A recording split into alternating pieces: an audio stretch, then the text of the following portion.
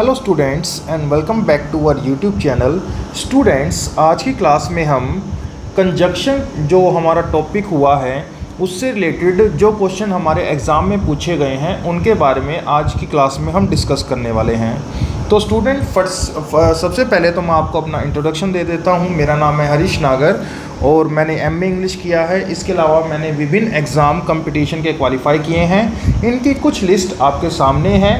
इसके अलावा मैंने अदर एग्ज़ाम भी क्वालिफाई किए हुए हैं जो कि मैंने यहाँ पे मेंशन नहीं किए हैं। यानी कि मैं आपसे सिर्फ इतनी सी बात कहना चाहता हूँ कि इंग्लिश और हिस्ट्री में मैं काफ़ी एक्सपर्ट हूँ और अगर आप हमारा ऑनलाइन कोर्स लेना चाहते हैं तो आप हमारे नंबर पे कांटेक्ट भी कर सकते हैं। तो स्टूडेंट, आज की क्लास को हम स्टार्ट करने वाले हैं, कंजंक्शन की क्लास को।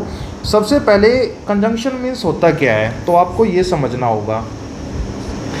कन मीन्स होता है विद टुगेदर, ठीक है, और जंक्शन मीन्स होता है जॉइंट।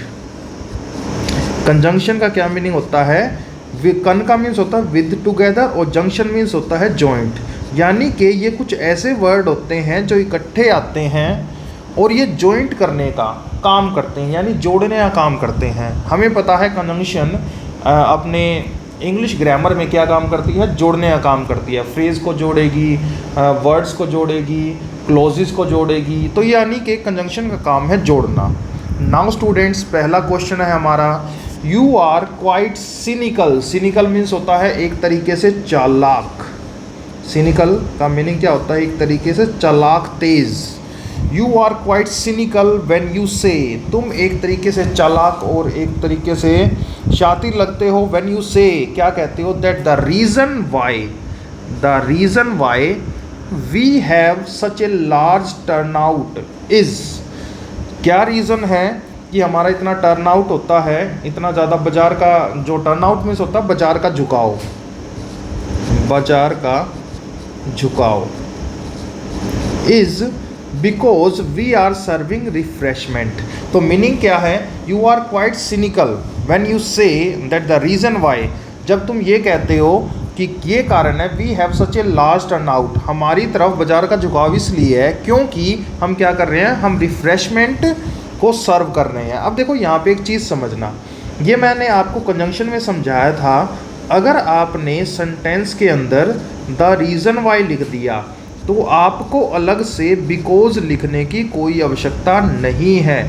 ध्यान रखना, द रीज़न वाई के साथ आप बिकॉज ना लिखें, ये क्या हो जाता है? सुपरफ्लूस हो जाता है, ठीक है। तो आपको ये चीज़ ध्यान रखना है कि अगर कहीं पे कंजंक्शन द रीज़न वाई लिखी है तो उसके साथ कभी भी बिकॉज का इस्तेमाल ना करें। तो पहले सेंटेंस में जो एरर था, यहाँ पे आप बिकॉज का इस्तेमाल नहीं करेंगे। Because does not come with the reason why, reason behind is the sentence become superfluous, ठीक है। तो आपको द रीज़न वाई ही लिख लो, डायरेक्ट बिकॉज लिखने की आवश्यकता नहीं है। नाउ नेक्स्ट क्वेश्चन की ओर बढ़ते हैं student. The store had not hardly any of those goods. देखो इसमें सिंपल सी बात है, मैंने आपको ऑलरेडी पहले ही समझाया था कि अगर कहीं पे आपको हार्डली मिल जाए, ठीक है, तो हार्डली का क्या मीनिंग होता है? ये एक एडवर्ब होता है, इसका मीनिंग होता है ना के बराबर, ठीक है। मतलब इसमें जो मीनिंग है वो क्या मीनिंग है? वो नेगेटिव मीनिंग कन्वे करता है। अच्छा, जो ऑलरेडी नेगेटिव है उसके साथ हम क्या नहीं लिख सकते? नोट का इस्तेमाल नहीं कर सकते, नोट का यूज़ नहीं कर सकते क्योंकि हार्डली ऑलरेडी नेगेटिव है, तो उसके साथ नोट का इस्तेमाल हो ही नहीं सकता। इसी वजह से यहाँ पे हैड नोट गलत है, आपको डायरेक्ट लिखना होगा दैट स्टोर हैड हार्डली। आपको सिर्फ डायरेक्ट नोट को हटा देना और सही आंसर क्या होगा? That store had hardly any of those goods, ठीक है। तो आपको ध्यान रखना है, यहाँ से आप एक रूल के रूप में लिख सकते हो, जैसे हो गया हार्डली, जैसे हो गया स्केर्सली, जैसे हो गया बच्चे बेयरली, जैसे हो गया सेल्डम, जैसे हो गया रेयरली। तो इनके साथ कभी भी नोट का यूज़ ना करें। क्यों नहीं करेंगे नोट का यूज़? ना करें। क्यों ना करें? क्योंकि बच्चे इनके अंदर ऑलरेडी नेगेटिव मीनिंग होता है, ठीक है, तो इनके साथ कभी भी नॉट का यूज़ नहीं करना होता। यहाँ पे इसमें बी में एरर था। नाउ स्टूडेंट थर्ड क्वेश्चन की ओर बढ़ते हैं। Hardly is a negative in meaning, इस वजह से हमने यहाँ पे नोट नहीं आएगा। थर्ड क्वेश्चन है हमारा, I needed that money so desperately. I needed that money so desperately, it was like manna, manna from heaven when it arrived. ठीक है, आई नीडिड दैट मनी, मुझे वो मनी बहुत ज़्यादा, ज़रूरत से ज़्यादा चाहिए। डेस्परेटली मीन्स होता है जब आपको हद से ज़्यादा ज़रूरत होती है किसी चीज़ की। It was like Manna from haven. अब देखो ये एक मुहावरा होता है एक्चुअल में, मन्ना फ्रॉम हेवन। यहीं पे बता देता हूँ मैं आपको, मन्ना फ्रॉम हेवन, इसका मीनिंग क्या होता है? इसका मीनिंग होता है एडिबल फूड। एडिबल फूड, खाने के लिए जो होता है ना, जिसे खाया जा सकता है। और ये किसे प्रोवाइड किया गया था? अगर आप बाइबल पढ़ते हो तो उसमें टेस्टामेंट होते हैं, और उस टेस्टामेंट के अंदर जब इज़राइल के लोग जब ट्रैवल कर रहे थे तो गॉड ने जो प्रोवाइड किया था, जो भगवान ने उनको, जो गॉड ने प्रोवाइड किया था, वो जो फूड था वो क्या कहलाता है? मैना फ्रॉम हेवन। ठीक है, मतलब कि जब भूखा इंसान और उसको एक अचानक से खाना मिल जाए तो वो उसके लिए क्या हुआ? एकदम मैना फ्रॉम हेवन। ठीक है, हेवन से उतरा हुआ वो खाना था। तो ये मोस्ट इंपॉर्टेंट होता है, तो समझना, I needed that money so desperately. अब हमें पता है कंजंक्शन सो के साथ क्या चलता है, आपको ध्यान रखना है, सो के साथ कंजंक्शन चलता है दैट। यहाँ पे कॉमा नहीं आएगा, यहाँ पे आपको क्या लिखना पड़ेगा? That. I needed that money so desperately that it was like manna from heaven when it arrived. तो आपको यहाँ पे ध्यान रखना है, सो के साथ कंजंक्शन क्या चलता है बच्चे? दैट चलता है। ठीक है, नेक्स्ट है, ये इनका पेयर होता है सो के साथ दैट का। फोर्थ क्वेश्चन है, the period between 1980 to 1990 was very significant in my life. देखो सिग्निफिकेंट आपकी एक वोकैब है, ये मैंने आपको पढ़ाई थी। याद कैसे करेंगे? जो हमारा साइन होता है, सिग्निफिकेंट का मीनिंग क्या होता है? महत्वपूर्ण। कोई भी चीज़ इंपॉर्टेंट है, महत्वपूर्ण है, तो उसे हम बोलते हैं सिग्निफिकेंट। अच्छा, साइन हमारा क्या होता है? सिग्निफिकेंट होता है। देखो इसमें आया ना साइन, इस तरीके से हम इस वर्ड को, वोकैब को याद कर सकते हैं। अब देखो इसमें एरर क्या है, ध्यान रखना। एक हमारा पेयर बनता है बिटवीन का। अब मुझे एक चीज़ बताओ, बिटवीन का जो वर्ड है वो कैसे बना है? वो बना है बैट से। बैट मीन्स शर्त। अच्छा, शर्त कितनों के बीच लगती है? दो के बीच लगती है। अब यहाँ से हमने क्या निकाल लिया? अगर ये दो के बीच लगती है तो बिटवीन का मीनिंग क्या हुआ? ये कितनों के लिए आएगा? ये आएगा दो के लिए। ठीक है, अच्छा अगर ये दो के लिए आएगा तो इसका जो भाई बनेगा, ये मैंने आपको ऑलरेडी बता रखा है कंजंक्शन में, कि जो जैसा होता है, जैसी उसकी कैटेगरी होती है, वह वैसा ही अपने लिए कंजंक्शन लेता है। तो बिटवीन दो के लिए आता है तो इसका जो कंजंक्शन बनेगा वो इसी के जैसा होगा। इसी के जैसा कंजंक्शन बिटवीन का कौन सा जो दो के लिए आए? वो है एंड। तो यहाँ से आपको ध्यान रखना है कि बिटवीन का जो पेयर बनता है वो क्या बनता है? वो एंड बनता है। लेकिन अगर हम यहाँ पे ध्यान से देखें तो बिटवीन का जो पेयर है वो क्या बना रखा है? टू। तो यहाँ पे टू नहीं आएगा, यहाँ पे लिखना पड़ेगा आपको एंड, और सही आंसर होगा the period between 1980 and 1990 was very significant in my life. जो 1980 और 1990 का दशक था, उस टाइम वो मेरी ज़िंदगी का सबसे महत्वपूर्ण टाइम था। ठीक है, नाउ फिफ्थ क्वेश्चन की ओर बढ़ते हैं। फिफ्थ क्वेश्चन है, no sooner had the hockey match started when it began to rain. Hockey का मैच स्टार्ट हुआ ही नहीं था कि बारिश आ गई। अब देखो एक चीज़ समझना, ये आपके टेंस में भी हमने बात की है। एक होता है सून, सून से बना है क्या? आपका सूनर। ठीक है, इससे पहले लगा दिया हमने नो सूनर। अच्छा, सून क्या होता है? हमारा एडवर्ब होता है। दूसरी चीज़, अगर हम सून का सूनर करते हैं तो ध्यान रखना, ये एक्चुअल में जो ये स्ट्रक्चर बनता है ये एक कंपैरेटिव डिग्री का स्ट्रक्चर बन जाता है। ठीक है, कंपेयर करने वाली। ऐसे समझना, अगर मैंने यहाँ पे गुड लिखा तो इसकी कंपैरेटिव डिग्री क्या होगी? बेटर होगी। ठीक है, अगर मैंने यहाँ पे शॉर्ट लिखा तो इसकी कंपैरेटिव डिग्री क्या होगी, शॉर्टर होगी। ऐसे ही बच्चे ध्यान रखना, जिसके लास्ट में ई आर हो गया यहाँ पे सूनर, तो यहाँ पे ये भी क्या बन गई, ये भी आपकी कंपैरेटिव डिग्री बन गई। और इससे पहले मैंने लगा दिया नो। अब जो नो सूनर है, नो सूनर ये कंजंक्शन है, एडवर्ब है और कंजंक्शन है। अच्छा, अगर ये यहाँ पे कंजंक्शन का काम करेगा, ये किस लिए आता है, कंपेयर करने के लिए, कंपैरेटिव डिग्री में आ गया, तो इसका भाई कौन बनेगा, इसी के जैसा। इसी के जैसा कौन सा भाई होता है कंपैरेटिव के लिए, इसका भाई होता है देन। हमें पता है ना, Ram is better than Shyam, यानी कि देन का इस्तेमाल हम कब करते हैं, जब हम कंपेयर करते हैं। तो कंपैरेटिव सेंस में दोनों भाई भाई बनेंगे। इसी वजह से ध्यान रखना, नो सूनर के साथ क्या आता है, देन कंजंक्शन का इस्तेमाल होता है। अब देखते हैं क्या यहाँ पे नो सूनर के साथ देन लिखा हुआ है, नहीं लिखा हुआ हो, यहाँ पे तो वेन लिखा हुआ है, तो वेन हो गया बच्चे गलत। यहाँ पे सही आंसर क्या होगा, देन। ठीक है, ये हो गया आपका आंसर। इसमें एरर था बी ऑप्शन में।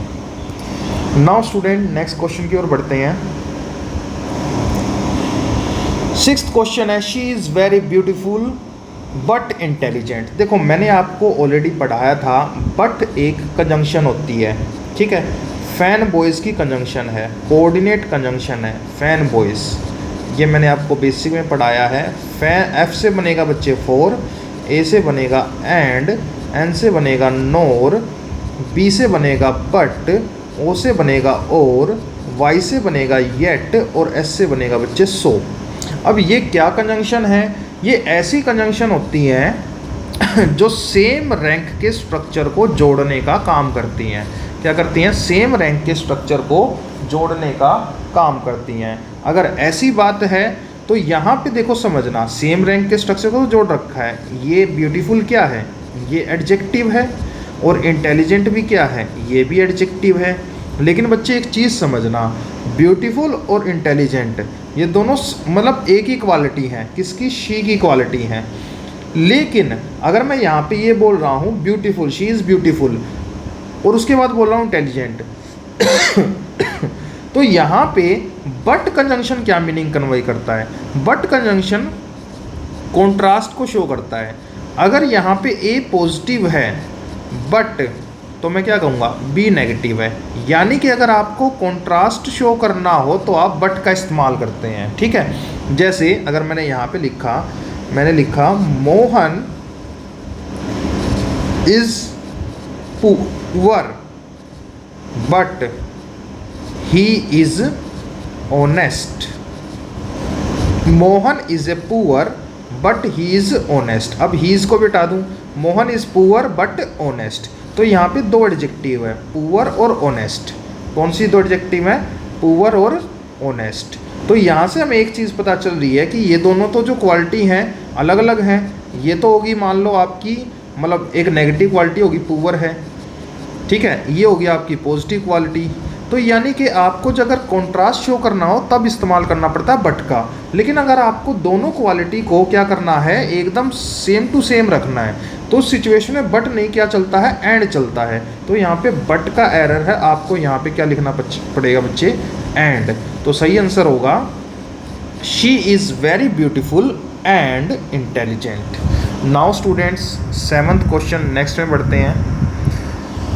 नेक्स्ट है, your success in the IAS examination depends not only on what papers you have selected but on how you have written them. देखो समझना, तुम्हारी IAS के एग्ज़ाम में सक्सेस डिपेंड करती है ना केवल what paper you have selected, कौन सा तुमने ऑप्शनल पेपर सेलेक्ट किया है, बल्कि how you have written them, बल्कि तुमने उसको लिखा भी कैसे है। तो इन दोनों बात पे डिपेंड करता है IAS एग्जामिनेशन की सक्सेस।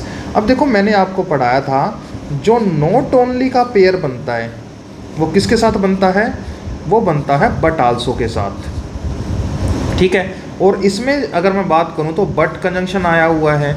बट कंजंक्शन हमारा फैन बॉयज़ का कंजंक्शन है। फैन बॉयज़ का कंजंक्शन क्या काम करता है, ये तो सेम रैंक के स्ट्रक्चर को जोड़ता है, ठीक है। अब देखो यहाँ पे क्या ये सेम रैंक को जोड़ रहा है। सबसे पहले तो देखते हैं नॉट ओनली के साथ क्या बट आल्सो आया है, यहाँ पे आया हुआ है but.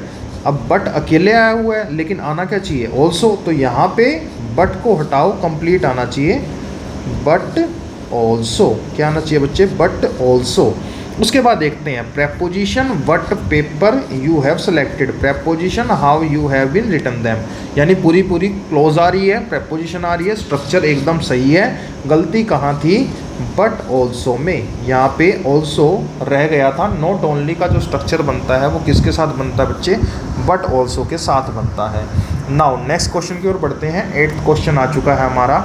No sooner had he arrived then he was asked to leave again, वो पहुंचा ही नहीं था कि उसे वहाँ से जाने के लिए बोल दिया गया। अब देखो यहाँ पे अभी हमने थोड़ी देर पहले बात की, नो सूनर, नो सूनर क्या है, नो सूनर है आपका, देखो सूनर एक तो कंपेयर बता रहा है। अच्छा ये बनती कैसी है, ये यहाँ पे स्ट्रेस भी डालता है, अगर बच्चे स्ट्रेस डालता है तो ये एक तरीके से क्या बन गया, एडवर्ब, और हमें पता है जब ये एडवर्ब स्ट्रेस डालता है तो इसको लिखना पड़ता है इन्वर्जन में। क्या ये इन्वर्जन में है, बिल्कुल है जी। यहाँ पे आपकी हेल्पिंग वर्ब पहले आ गई, मेन वर्ब बाद में है। इन्वर्जन मीन्स क्या होता है, जब आप किसी सेंटेंस को ऑर्नामेंट करो, जब आप उसको इस तरीके से लिखते हो कि वो स्टाइलिश लगे। जैसे अगर मैं ऐसे लिखूं, the bus is coming here, ठीक है, एक तो मैंने नॉर्मल लिख दिया क्योंकि जो बस है वो आने लग रही है। अच्छा इसको स्टाइलिश ऑर्नामेंट करके लिखूं, इन्वर्जन में लिखूं तो ऐसे लिखूंगा, here comes the bus, here comes the bus. तो इस तरीके से लिखने का जो स्टाइल है जिसमें आप एडवर्ब को स्ट्रेस के रूप में स्टार्टिंग में लिख देते हो, तो इस स्टाइल को हम बोलते हैं इन्वर्जन। और अगर तुम ध्यान से देखोगे तो यहाँ पे नो सूनर कंपैरेटिव तो है, इसका भाई कौन बनेगा, देन बनेगा, स्ट्रेस के लिए आया हुआ है इसलिए यहाँ पे इन्वर्जन है, और एडवर्ब भी होता है। अब देखो यहाँ पे नो सूनर का भाई कौन बनेगा, देन, लेकिन यहाँ पे THEN लिखा हुआ है। अब इसका भी थोड़ा सा फ़र्क समझ लो, एक तो होता है THEN, इसका मीनिंग होता है तब, और ये क्या होता है हमारा, ये हमारा एडवर्ब होता है, ठीक है। लेकिन हमें यहाँ पे कंपैरेटिव चाहिए तो वो होता है THAN, ये किसके लिए इस्तेमाल होता है, ये होता है हमारा तुलना के लिए। तो यहाँ पे जो गलती थी वो कहाँ थी, ये देन नहीं आएगा ई वाला, बल्कि आएगा THAN, और यही होगा आपका answer. Now student next question की ओर बढ़ते हैं। नेक्स्ट क्वेश्चन है हमारा, I haven't been to New York before, मैं पहले न्यूयॉर्क कभी नहीं गया, नीदर माई सिस्टर, और ना ही मेरी सिस्टर। देखो ये जो एरर है हमारा 9th क्वेश्चन, ये हमने पढ़ा है एडिशन टू स्टेटमेंट में, addition to statement. Addition to statement आपका एक टॉपिक होता है जो किससे रिलेटेड है, ये हमारा क्वेश्चन टैग से रिलेटेड एक टॉपिक होता है, ठीक है। क्वेश्चन टैग क्या होता है, क्वेश्चन टैग मीन्स होता है एक मिनी क्वेश्चन, और उस मिनी क्वेश्चन के बाद जो एडवांस में एक टॉपिक आता है वो आता है एडिशन टू स्टेटमेंट। और ये एडिशन टू स्टेटमेंट का क्वेश्चन है, इसमें यहाँ पे नीदर लिखा हुआ है, ठीक है, क्या लिखा हुआ है, नीदर। अब यहाँ पे जो माई सिस्टर है वो हो गया सब्जेक्ट, इसके अकॉर्डिंग नीदर यहाँ पे एडवर्ब हो गया, तो इसको स्ट्रेस डालने के लिए, नीदर की वजह से स्ट्रेस है तो यहाँ पे हमें एक वर्ब लिखनी होगी, वो होगी हैज़। तो सही आंसर होगा I have not been to New York before and neither has my sister.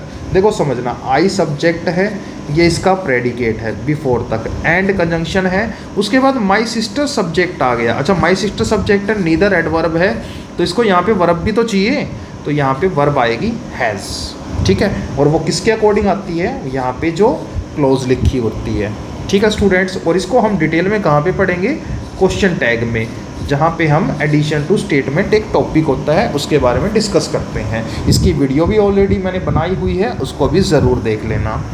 Now student next question की ओर बढ़ते हैं। Scarcely had I arrived then the train left. देखो समझना, ये हमारा है क्वेश्चन नंबर 10। देखो स्कार्सली, रेयरली, बेयरली, मीनिंग क्या है, ये एक्चुअल में एक एडवर्ब है, और ये एडवर्ब क्या कर रहा है, यहाँ पे स्ट्रेस डालने का काम कर रहा है। अगर ये यहाँ पे स्ट्रेस डालने का काम कर रहा है तो हमें इसको सेंटेंस को लिखना पड़ेगा इन्वर्जन में। क्या ये इन्वर्जन में है, बिल्कुल। यहाँ पे हैड हेल्पिंग वर्ब पहले आई हुई है, उसके बाद अराइव्ड मेन वर्ब बाद में आई है, ये एक सेंटेंस इन्वर्जन में है। Scarcely had I arrived then the train left, मैं मुश्किल से ही पहुँचा था कि ट्रेन छूट गई। अब देखो यहाँ पे एक चीज़ समझना, अगर हम स्कैर्सली की बात करें तो ये हमारा एक एडवर्ब टाइप में होता है। अच्छा, एडवर्ब का क्या होती है? एडवर्ब को अगर हमें ढूंढना हो तो उसको ढूंढने के लिए हम क्या करते हैं, ये बेसिक में मैंने पढ़ाया था। अगर आपको सेंटेंस में adverb as a part of speech निकालना हो तो उसके लिए हम क्वेश्चन करते हैं व्हेन, वेयर और हाउ से, इसी से क्वेश्चन करते हैं। यानी इसका जो पेयर बनेगा, स्कार्सली एक एडवर्ब है, ठीक है, नेगेटिव एडवर्ब है ना के बराबर। अब इसका जो बाई बनेगा वो एडवर्ब भी होना चाहिए, वो क्या है? व्हेन। तो ध्यान रखना, देखो नो सूनर तो कंपैरेटिव में चला जाता है, नो सूनर का बनता है देन, लेकिन जो स्केर्सली होता है, ठीक है, इसका क्या बनता है फिर पेयर? व्हेन। अब देखते हैं क्या यहाँ पे ये पेयर बनाया हुआ है? नहीं, यहाँ पे तो देन लिख रखा, तो ये गलती होगी, तो सही आंसर क्या होगा? यहाँ पे आएगा व्हेन, यही आपका हो गया आंसर, ठीक है। Scarcely had I arrived when the train left. Now student next question की ओर बढ़ते हैं। 11th क्वेश्चन आ चुका है। The reason why he was rejected was because he was too young. देखो रीज़न क्या था, उसे रिजेक्ट कर दिया गया, रिजेक्ट मीन्स होता मना कर देना। Was because he was too young, वो हद से ज़्यादा क्या था? यंग था। अब देखो अभी पहला ही क्वेश्चन हमने डिस्कस किया था, वो क्या था? अगर आप द रीज़न वाई लिखते हो, द रीज़न वाई लिखते हो तो उसके साथ बिकॉज लिखने की कोई भी आवश्यकता नहीं है, ठीक है। और अगर आप ऐसा लिखते हो तो ये क्या बन जाएगा? ये आपका सुपरफ्लोस बन जाएगा, ठीक है, अतिशयोक्ति अलंकार। इसी वजह से यहाँ पे बिकॉज जो लिखा हुआ है ये एकदम गलत है, आपको इसे नहीं लिखना है, ठीक है। तो 11th में सी ऑप्शन आपका गलत है और सी में बिकॉज नहीं आएगा। नाउ स्टूडेंट नेक्स्ट क्वेश्चन की ओर बढ़ते हैं। नेक्स्ट क्वेश्चन है हमारा, unless you do not give the keys of the safe you will be shoot. अगर तुमने इसकी सेफ की कीज़ नहीं दी, यानी सेफ मतलब एक तरीके से तिजोरी, सेफ क्या बोलते हैं? तिजोरी को बोलते हैं। अगर तुमने इस तिजोरी की की नहीं दी तो तुम्हें शूट कर दिया जाएगा। अब देखो एक चीज़ समझना, इसमें एक वर्ड आया हुआ अनलेस। ये जो अनलेस होता है और एक होता है अनटिल, अनलेस और अनटिल ये दोनों क्या होती हैं? हमारी कंजंक्शन होती हैं। और दोनों कैसी कंजंक्शन होती हैं? अनलेस बताता है आपकी कंडीशन, ठीक है, और अनटिल बताता है आपका टाइम। इन दोनों में फ़र्क होता है, ध्यान से समझना। अनलेस बताता है आपकी कंडीशन और अनटिल बताता है आपका टाइम। और दोनों का इस्तेमाल अगर हम बात करें तो अनलेस और अनटिल, इसमें जो अन वर्ड होता है, कौन सा वर्ड? ये वाला अन, ये वाला अन का मीनिंग क्या होता है? अन का मीनिंग होता है नेगेटिव, ठीक है। इसको तुम ऐसे समझना, जैसे कोई भी मोबाइल होता है, मोबाइल में कोई ऐप इंस्टॉल है तो ऐप में एक तो ऑप्शन होता है इंस्टॉल, ठीक है, मतलब स्थापित करना, एक उसमें ऑप्शन होता है अनइंस्टॉल। तो जो अनइंस्टॉल होता है ना, इसमें जो अन वर्ड है UN, ये क्या होता है? नेगेटिव, यानी ये नोट की बात करता है, विस्थापित करना, मतलब उसको वापस इंस्टॉल से वापस हटाना। तो ध्यान रखना, अगर ऐसी बात है इसमें नेगेटिव मीनिंग ऑलरेडी है अनलेस और अनटिल में, तो इसके साथ नो या नोट का इस्तेमाल नहीं होता। किसके साथ? अनलेस और अनटिल के साथ, क्योंकि इसके अंदर अनलेस और अनटिल के अंदर ऑलरेडी नोट इंक्लूडेड होता है। अगर ऐसी बात है तो इस क्लोज में देखो यहाँ पे unless you don't give the keys of the safe, इस क्लोज के अंदर तुम ध्यान से देखो तो यहाँ पे अनलेस पहले नेगेटिव बता रहा है, तो यहाँ पे नोट लिखने की कोई ज़रूरत नहीं है, आप डायरेक्ट लिखो unless you do give the keys of the safe you will be shoot, ठीक है। नाउ स्टूडेंट नेक्स्ट क्वेश्चन की ओर बढ़ते हैं। None of the diplomats at the conference was able either to comprehend or solve the problem, ठीक है। अब देखो यहाँ पे एक चीज़ समझना, अगर हम बात करें तो none of the diplomats at the conference was able either to comprehend or solve the problem। कोई भी जो डिप्लोमेट्स था, जो प्रोफेशनल लोग थे कॉन्फ्रेंस में, वो इसको ना तो कॉम्प्रीहेंड कर पाए, मतलब ना तो इसको समझ पाए और ना ही इस प्रॉब्लम को सोल्व कर पाए। अब देखो यहाँ पे जो कंजंक्शन इस्तेमाल हो रही है वो कौन कौन सी हो रही हैं? एक तो हो रही है ईदर। ईदर क्या मीनिंग होता है? इसका मीनिंग होता है दो में से कोई एक, दो में से कोई एक। अच्छा, दो में से कोई एक होता है इधर का मीनिंग, तो इसका जो भाई बनता है वो क्या बनता है, इसी के जैसा। इधर का भाई कौन बनता है, और। अच्छा, और का मीनिंग क्या होता है, और का भी मीनिंग होता है या तो ए या बी। इसका भी मीनिंग अगर हम हिंदी में बताएं, दो में से कोई एक, तो दोनों आपस में भाई बनते हैं, ठीक है, दोनों का पेयर इकट्ठा बनता है। अब ये तो सही है इधर का और के साथ, लेकिन हमने पढ़ा है जो और होता है ना, हम फैन बॉयज़ की बात करें, अगर मैं यहाँ पे लिखूँ फैन बॉयज़, तो इसमें देखो और आ रहा है, एफ से बनेगा फॉर, ए से बनेगा एंड, एन से बनेगा नोर, बी से बनेगा बट, ओ से बनेगा और, ये आ रहा, वाई से बनेगा येट और एस से बनेगा सो। अगर यहाँ पे और आ रहा है तो ये जो और है ये क्या है, ये है हमारी कोऑर्डिनेट कंजंक्शन। कोऑर्डिनेट कंजंक्शन, और कोऑर्डिनेट कंजंक्शन क्या काम करती है, कोऑर्डिनेट कंजंक्शन हमारी सेम रैंक को जोड़ने का काम करती है। क्या करती है, सेम रैंक को जोड़ने का काम करती है, ठीक है।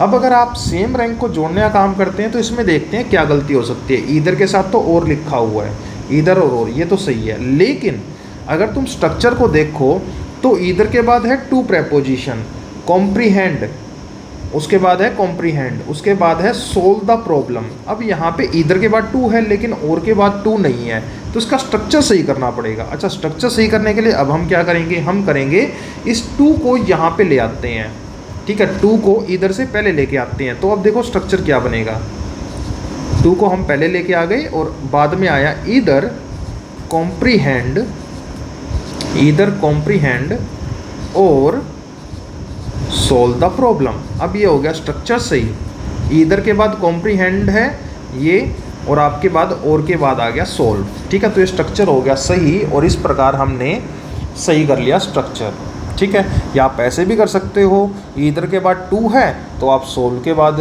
और के बाद भी टू सोल्व लिख दो, जैसे टू कॉम्प्रीहेंड लिखा हुआ ना, ऐसे ही हम ऐसे भी कर सकते हैं टू सोल्व। लेकिन फिर दो बार टू लिखने की आवश्यकता क्या है, जब एक बार में टू में ही सारी बातें क्लियर हो जाएंगी, तो ज़्यादा बेहतर है टू को कॉमन ले लो और इधर को आगे रख दो, ठीक है। तो कौन से ऑप्शन में गलती थी बी ऑप्शन में गलती थी, ठीक है स्टूडेंट्स।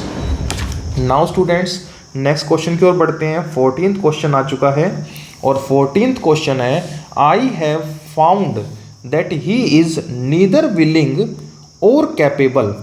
मैंने पाया कि ना तो वो इच्छा है, उसके अंदर दृढ़ इच्छा शक्ति, और ना ही वो उस काम करने के लिए कैपेबल है। देखो हमने पढ़ा है नीदर का। अच्छा, नीदर का जो पेयर बनता है, नीदर का मीनिंग क्या होता है, नीदर का मीनिंग होता है दो में से कोई भी नहीं। अगर हम बात करें नीदर का क्या मीनिंग होता है, दो में से कोई भी नहीं। अगर इसका मीनिंग दो में से कोई भी नहीं है तो जो इसका भाई बनेगा वो कैसा होगा, वो इसी के जैसा होगा। अच्छा, नीदर का जो भाई बनता है वो कौन बनता है, नीदर का भाई बनता है नोर। अच्छा, नोर का मीनिंग क्या होता है, नोर का भी मीनिंग होता है दो में से कोई भी नहीं, ठीक है, कोई भी नहीं। ये हमने पेयर सीखा था कंजंक्शन में, नीदर का नोर। अच्छा, देखते हैं नीदर के साथ कौन सी कंजंक्शन लगा दे रखी है, और ये तो गलत होगी, यहाँ पे क्या आना चाहिए, नोर। तो सही आंसर होगा nor. I have found that he is neither willing nor capable. Now student next question की ओर बढ़ते हैं। We are extremely pleased, we are extremely pleased, हम बहुत ज़्यादा खुश हैं। फॉर एक्साइटेड, और एक्साइटेड भी हैं साथ की साथ। To invite you to attend the meeting, हम क्या हैं, बहुत ज़्यादा खुश हैं और एक्साइटेड भी हैं तुम्हें मीटिंग को अटेंड करने के लिए, तुम्हें बुलाने के लिए कि तुम मीटिंग में अटेंड करो। अब देखो एक चीज़ समझना, फॉर का मीनिंग क्या होता है, फॉर का अगर एज ए कंजंक्शन मीनिंग देखें ना, तो फॉर का मीनिंग होता है क्योंकि। अगर फॉर, अगर हम बात करें फॉर की, तो इसको देखो समझा देता हूँ मैं। ये जो फोर होता है ना, फोर, फोर हमारी एक तो होती है हमारी कंजंक्शन, और दूसरी ये होती है हमारी प्रेपोजिशन। जब ये हमारी कंजंक्शन होती है तो इसका मीनिंग होता है बिकॉज, यानी क्योंकि। जब इसका मीनिंग क्या होता है, जब ये कंजंक्शन होती है तो इसका मीनिंग होता है क्योंकि, बिकॉज। लेकिन जब ये प्रेपोजिशन होती है तो ये बताती है ड्यूरेशन, ठीक है। जैसे ये पॉइंट इन टाइम को, या ऐसे बात करें तो ड्यूरेशन बताती है, टाइम की ड्यूरेशन बताती है, ठीक है। जैसे मैंने यहाँ पे क्वेश्चन लिखा, आई हैव बीन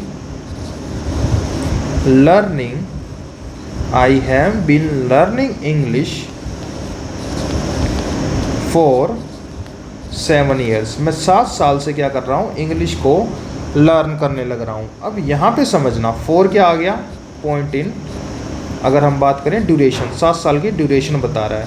तो इसीलिए जो 4 जब प्रेपोजिशन होती है तो ये ड्यूरेशन बताती है टाइम की, लेकिन जब ये कंजंक्शन होती है तो इसका मीनिंग होता है क्योंकि। लेकिन यहाँ पे तो हम क्योंकि का मीनिंग कन्वे ही नहीं कर रहे, हम एक्सट्रीमली खुश हैं और एक्साइटेड भी हैं, तो यहाँ पे इन दोनों को हमें पेयर को जोड़ना है एक्चुअल में। तो यहाँ पे 4 नहीं, क्या लिखना पड़ेगा, एंड, क्योंकि एंड एक ऐसी कंजंक्शन है तो जो दो सेम पॉजिटिव एडजेक्टिव्स को जोड़ देती है। पॉजिटिव चीज़ों को जोड़ना हो तो एंड, नेगेटिव चीज़ों को अगर जोड़ना हो तो बट, यानी कॉन्ट्रास्ट हो, तो यहाँ पे तो एंड आएगा। We are extremely pleased and excited as well to invite you to attend the meeting. Now student next question की ओर बढ़ते हैं। नेक्स्ट क्वेश्चन है 16th क्वेश्चन आ चुका है हमारा। When her son got a job she was very happy. जब उसके बेटे को जॉब मिली, when her son got a job then she was very happy. देखो एक चीज़ समझना, अगर हमने एक बार कंजंक्शन लिख दिया, ठीक है, अगर मैं इसको ऐसे समझाऊं तो आप ऐसे समझ सकते हो, हर सन गोट ए जॉब, ठीक है, शी वाज वेरी हैप्पी। अगर हम इसके पार्ट ऑफ स्पीच निकाल लें तो इसके पार्ट ऑफ स्पीच कैसे निकलेंगे, यहाँ से her son get a job close number 1 हो गई, ये हो गई she was very happy close number 2 हो गई, ठीक है।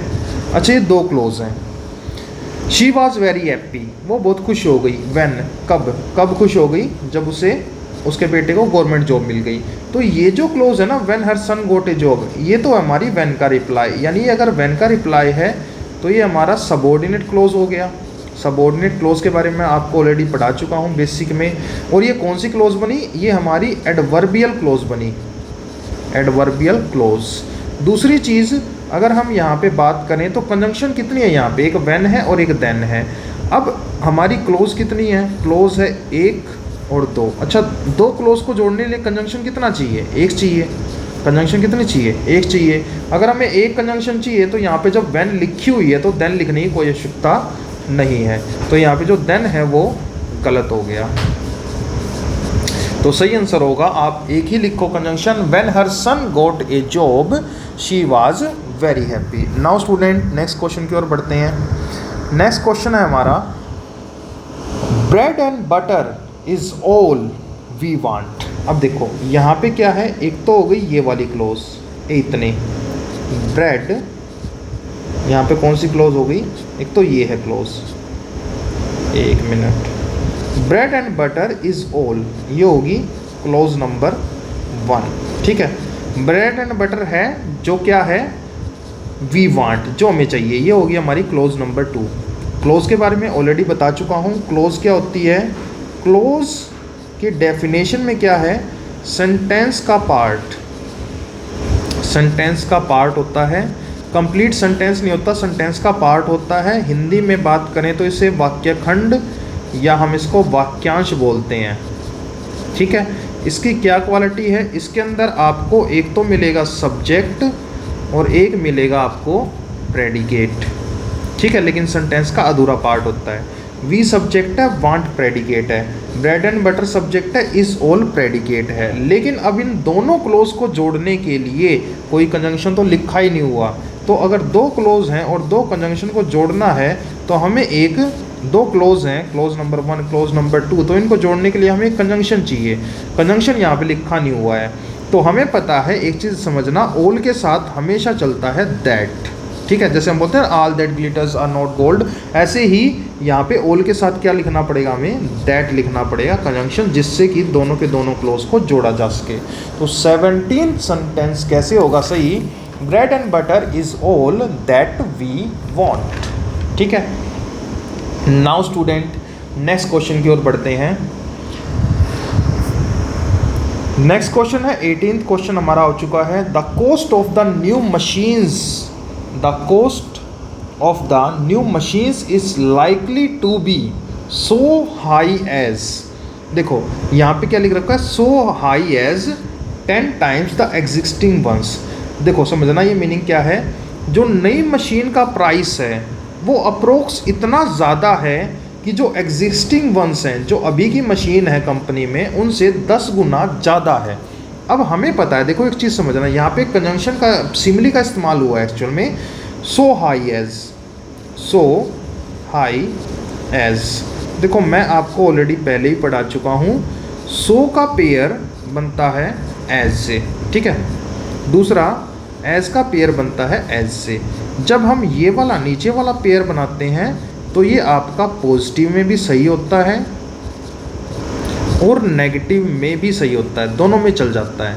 लेकिन जो ये पेयर होता है ना सो और एज का, ये केवल और केवल आपका नेगेटिव सेंटेंस में चलता है, ठीक है। ये आपका लिख सकते हो, ये एक रूल के हिसाब से, डिटेल में नहीं जाएंगे क्यों ऐसा होता है, अभी के लिए आप इतना ही रखो। वीडियो में मैंने आप ऑलरेडी कोर्स के दौरान पढ़ा रखा है। तो यहाँ पे सो हाई एज, देखो ये सेंटेंस क्या है, पॉजिटिव है, क्या हम सो एज का पॉजिटिव में इस्तेमाल कर सकते हैं? नहीं, ये केवल नेगेटिव में चलता है। तो यहाँ पे सो को हटा दो, डायरेक्ट लिखो एज हाई एज, ठीक है। नेक्स्ट क्वेश्चन की ओर बढ़ते हैं। He walk as faster as he could so that he would not miss the train to work, ठीक है। वो इतनी तेज़ भागा, क्यों भागा कि he would not miss the train to work, वो कि वो ट्रेन मिस ना कर दे। अब देखो यहाँ पे एक चीज़ समझना, एक फिर से आ गया है एज फास्टर एज, देखो पॉजिटिव है तो हम एज को तो सही मानेंगे, लेकिन एक प्रॉब्लम है, जब हम सिमिली लिखते हैं ना तो उसके बीच में जो भी चीज़ लिखते हैं, अच्छा सिमिली में तो हम क्या करते हैं, सिमिलैरिटी शो करते हैं, ठीक है। अगर हम सिमिलैरिटी शो करते हैं तो फास्ट लिखने की जरूरत ही नहीं है, क्योंकि फास्टर फास्ट की फॉर्म है, फर्स्ट, फास्टर और फिर फास्टेस्ट, ये होगी आपकी सुपरलेटिव डिग्री, ठीक है। और ये क्या होगी, कंपैरेटिव डिग्री, ये क्या होगी हमारी पॉजिटिव डिग्री। अब अगर हम इसमें ध्यान से देखें तो यहाँ पे कंपैरिजन तो हो ही नहीं रहा, अगर कंपैरिजन नहीं है तो यहाँ पे फास्टर तो नहीं आएगा, यहाँ पे लिखना पड़ेगा क्या, एज फास्ट एज, ठीक है। तो आपको ध्यान रखना है कि सिमिली में अगर आप सिमिलैरिटी शो कर रहे हो तो उसमें कंपैरेटिव डिग्री उस सिमिली के अंदर ना लिखें, ठीक है। तो आपका एज फास्ट एज सही आंसर होगा। He walked as fast as he could, वो इतनी तेज भागा जितना भाग सकता था, ताकि so that he would not miss the train to work, ताकि वो अपनी ट्रेन को मिस ना कर सके अपने काम पे जाने के लिए।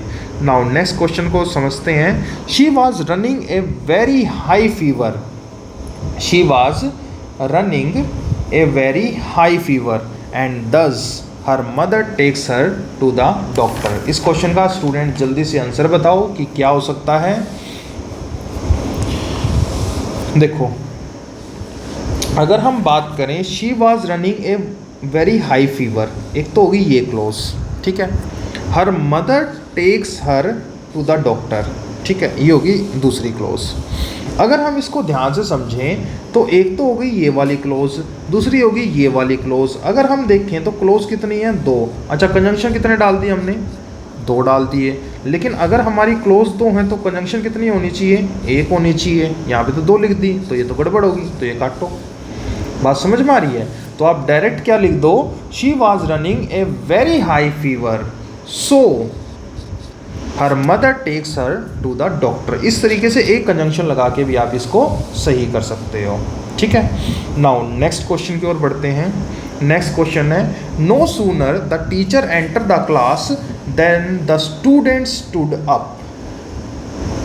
अब देखो हमने यहाँ पे देखा, सबसे पहले तो नो सूनर के बारे में ऑलरेडी बता चुका हूँ।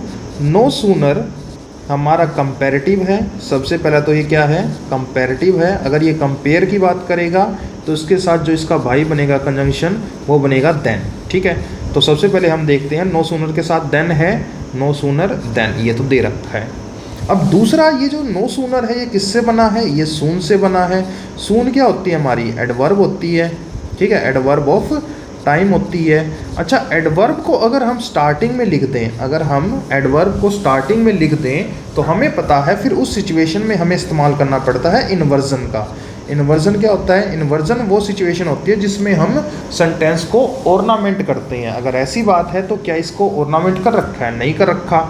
नो सूनर के बाद वर्ब को पहले लिख के नहीं दे रखा है। अब देखते हैं ये जो टेंस है कौन सा है। अब देखो इसके लास्ट में क्या दे रखा है? स्टूड अप, यानी ये तो पास्ट टेंस है।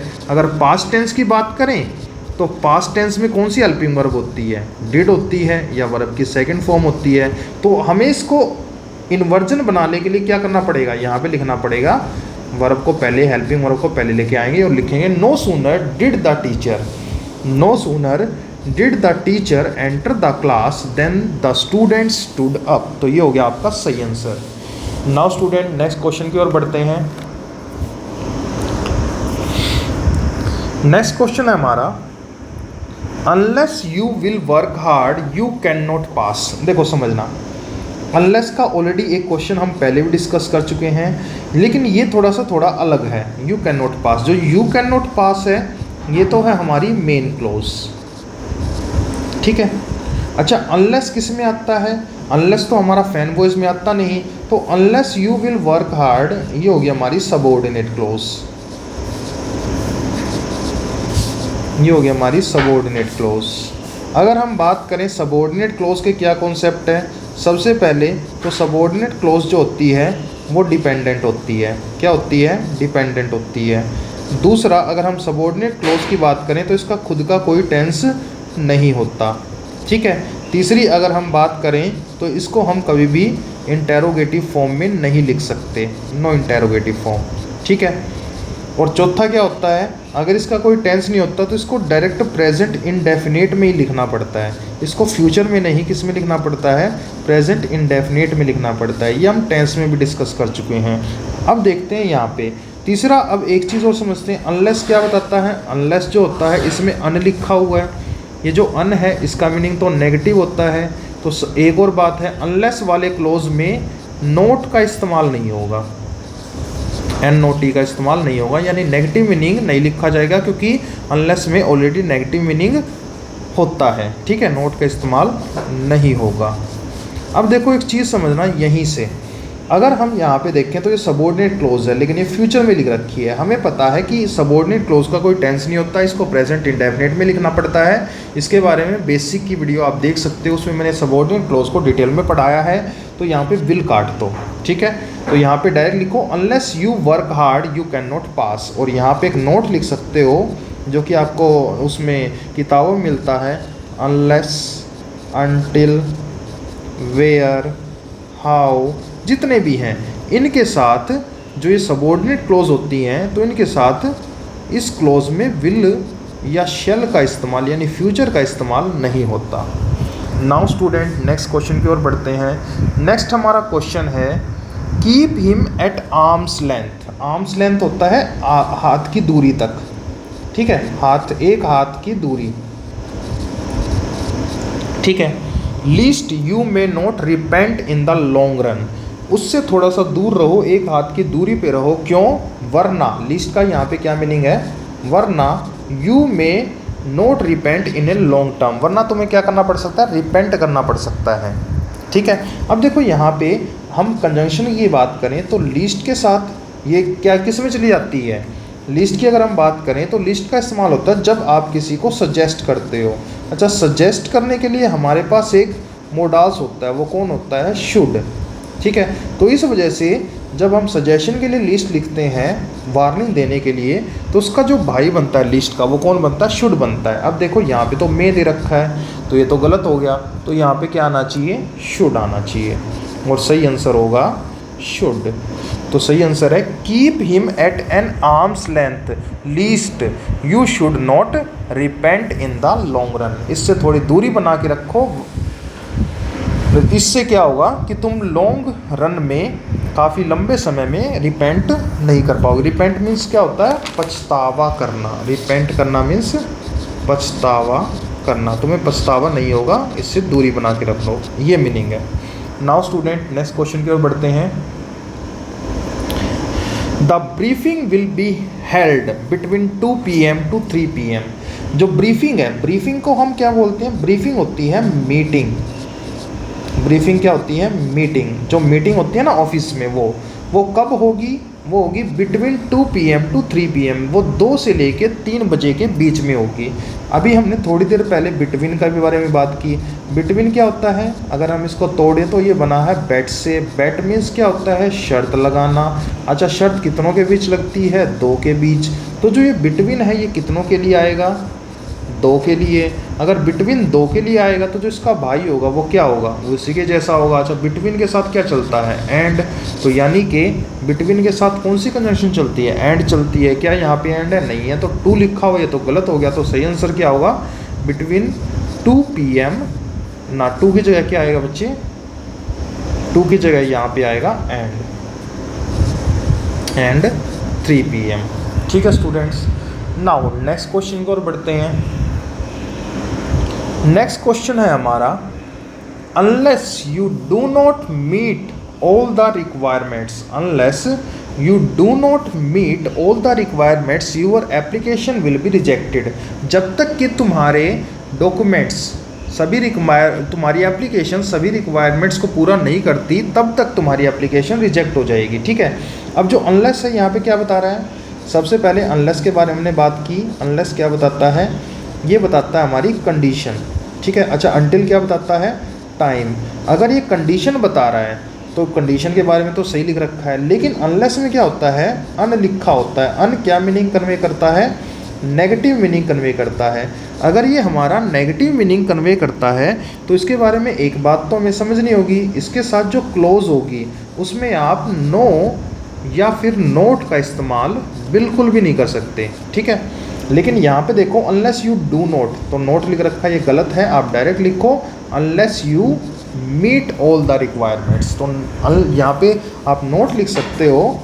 जो अनलेस होता है, अनलेस के अंदर ऑलरेडी नेगेटिव होता है, तो इस वजह से अनलेस के साथ नो या नोट का इस्तेमाल ना करें। नो या नोट का इस्तेमाल ना करें। ठीक है स्टूडेंट्स। नाउ नेक्स्ट क्वेश्चन की ओर बढ़ते हैं। 26th question, how do you manage to speak to her with so great patience.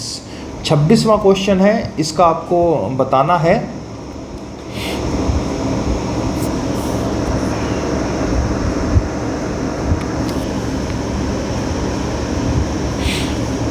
Minute.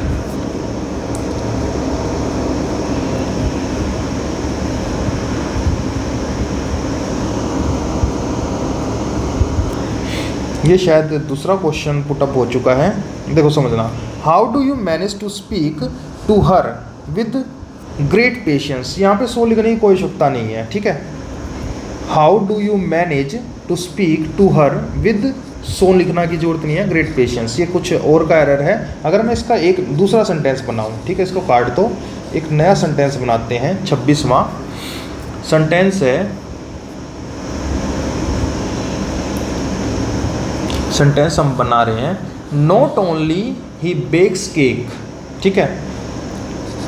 Question है, not only he bakes cake but also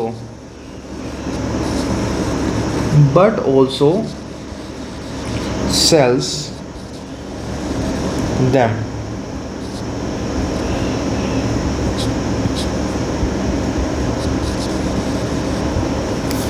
ये है आपका क्वेश्चन। अब इस स्ट्रक्चर को अगर तुम ध्यान से देखो, इस स्ट्रक्चर में आपको एरर फाइंड आउट करना है। तो देखो समझना, नॉट ओनली के बाद क्या दे रखा है? ही दे रखा है, यानी सब्जेक्ट दे रखा है। ये इस तरीके से स्ट्रक्चर है, not only he bakes cakes but also sells them. ठीक है।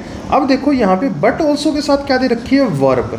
बट ऑल्सो आपका कंजंक्शन है, इसके साथ दे रखी है वर्ब, लेकिन यहाँ पे सब्जेक्ट दे रखा है नॉट ओनली के बाद। तो स्ट्रक्चर तो गड़बड़ हो गया, क्योंकि नॉट ओनली के बाद भी क्या होना चाहिए? वर्ब होनी चाहिए। अगर बट आल्सो के साथ वर्ब है तो नॉट ओनली के साथ भी वर्ब होनी चाहिए, लेकिन ही लिख दिया तो ये गलत हो गया। आपको कैसे लिखना होगा? ही को पहले लिखना होगा। He not only bakes cakes but also sells them. अगर अब तुम यहाँ पे ध्यान से देखो तो नॉट ओनली के बाद क्या है, बेक्स होगी वर्ब, और उसके बाद आ गया केक्स, इस बेक वर्ब का ऑब्जेक्ट। अब बट आल्सो के बाद भी क्या है, वर्ब, और सेल्स का क्या आ गया, देम ऑब्जेक्ट। अब ये स्ट्रक्चर सही हो गया। तो इसमें आपको ए में एरर था, नॉट ओनली को आप बाद में लिखेंगे और ही जो सब्जेक्ट है उसको नॉट ओनली से पहले लिखेंगे स्टूडेंट्स। नाउ नेक्स्ट क्वेश्चन की ओर बढ़ते हैं। 27th question. No sooner she had realized her blunder that she began to take corrective measures. ठीक है, अब देखो यहाँ पे फिर से नो सूनर आ गया। ठीक है, नो सूनर के साथ क्या ध्यान लिख रखा है, बिल्कुल लिख रखा है। देखो एक चीज़ समझना, ब्लंडर मीन्स क्या होता है, ये वोकैब में पूछा गया है। इसका मीनिंग होता है बहुत बड़ी गलती। बहुत बड़ी गलती को हम क्या बोलते हैं, ब्लंडर बोलते हैं।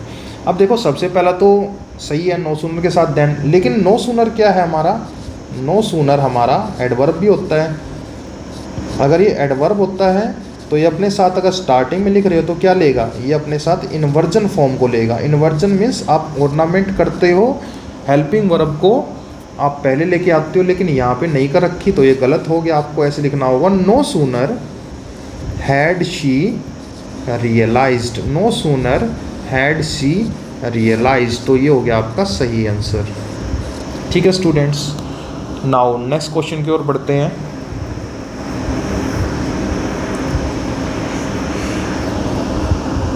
नेक्स्ट है, she was not so well versed in English that we had expected.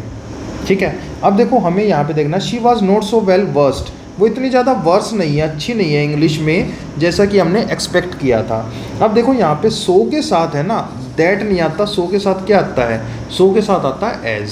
ठीक है, so well versed in English as we had expected. तो इसमें यहाँ पे एज होगा सो के साथ, आपको यहाँ पे दैट हटाना पड़ेगा। नाउ नेक्स्ट क्वेश्चन की ओर बढ़ते हैं। नेक्स्ट क्वेश्चन है, mister Sinha my friend philosopher and guide not only stopped coming here but also going to any place which is related to his wife life. Mister Sinha जो कि मेरे दोस्त हैं, एक फिलोसफर भी हैं और एक गाइड हैं, not only stopped coming hair, वो यहाँ आने से ही नहीं रुकते बल्कि गोइंग टू एनी प्लेस, बल्कि जाना भी चाहते हैं हर उस जगह पे जो क्या है उनकी वाइफ की ज़िंदगी से रिलेटेड हो। ठीक है, अब देखो सबसे पहले तो कंजंक्शन का यहाँ पे क्या है, नॉट ओनली के साथ क्या बट आल्सो दे रखा है, बिल्कुल दे रखा है बट आल्सो, ये तो हो गया सही। लेकिन उसके बाद नॉट ओनली और बट आल्सो, नॉट ओनली और बट आल्सो क्या करता है, इसमें आ गया आपका बट। ठीक है, बट कैसी कंजंक्शन है, हमारी कोऑर्डिनेट कंजंक्शन है। अगर ये कोऑर्डिनेट कंजंक्शन है तो नॉट ओनली और बट आल्सो क्या करेगा, सेम रैंक के स्ट्रक्चर को जोड़ेगा। क्या करेगा, सेम रैंक के स्ट्रक्चर को जोड़ेगा। ठीक है, अब देखते हैं यहाँ पे क्या गलती हो सकती है। अगर हम यहाँ पे वर्ब लिख रहे हैं, क्या बट आल्सो के बाद भी है, लेकिन ये तो आईएनजी फॉर्म में है, यहाँ पे तो वर्ब ईडी फॉर्म में, उसके बाद आईएनजी फॉर्म में है। तो हमें क्या करना होगा, इधर नॉट ओनली के बाद वर्ब आईएनजी फॉर्म में होनी चाहिए, बट आल्सो के बाद भी वर्ब आईएनजी फॉर्म में होनी चाहिए, तब ये स्ट्रक्चर सही होगा। तो इसको ऐसे करो, आप ऐसे कर दो, mister Sinha my friend philosopher and guide stopped not only coming, not only coming but also here but also going to any place. अब देखो ये स्ट्रक्चर हो गया सही। अब देखो स्टॉप को पहले लिख दिया, उसके बाद आ गया नॉट ओनली कमिंग हेयर, ये हो गया स्ट्रक्चर। नॉट ओनली के बाद है आईएनजी फॉर्म, उसके बाद है हेयर। अब इसके बाद क्या है, but also going to any place. ठीक है, अब देखो यहाँ पे तुम ध्यान से देखो तो इसके बाद भी आईएनजी आ रहा है, इसके बाद भी आ रहा है, वर्ब में आईएनजी है, वर्ब में आईएनजी है, नॉट ओनली के बाद स्ट्रक्चर वर्ब आ गई, बट आल्सो के बाद भी वर्ब स्ट्रक्चर आ गई। तो ये हो गया सही। तो यानी कि गलती किस में थी, स्टॉप को आप पहले लिख दो नॉट ओनली से, यानी बी नो, ये जो ए ऑप्शन है इसमें गलत था। नाउ स्टूडेंट नेक्स्ट क्वेश्चन की ओर बढ़ते हैं।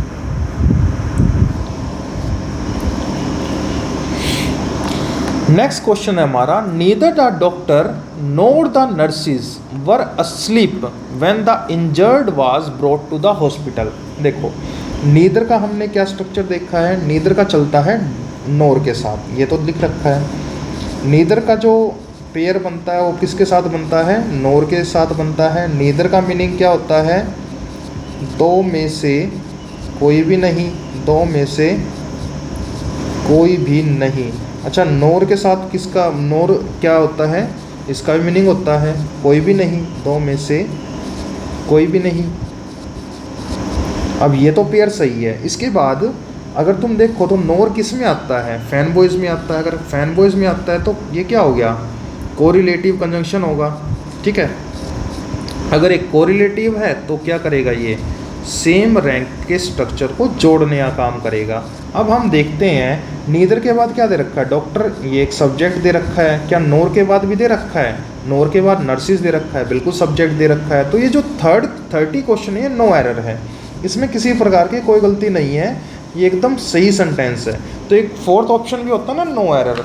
तो जो 30 क्वेश्चन है ना, इसका नो एरर सही आंसर है। नाउ स्टूडेंट नेक्स्ट क्वेश्चन की ओर बढ़ते हैं। नेक्स्ट क्वेश्चन है, as soon as the peon rings the bell then all the students come to the assembly room for prayer. देखो समझना, एज सुन एज यहाँ पे होगी आपकी एक सिमली, ऐसे समझ सकते हो, होगी आपकी एक कंजंक्शन। ठीक है, the peon rings the bell, एक होगी आपकी ये क्लोज।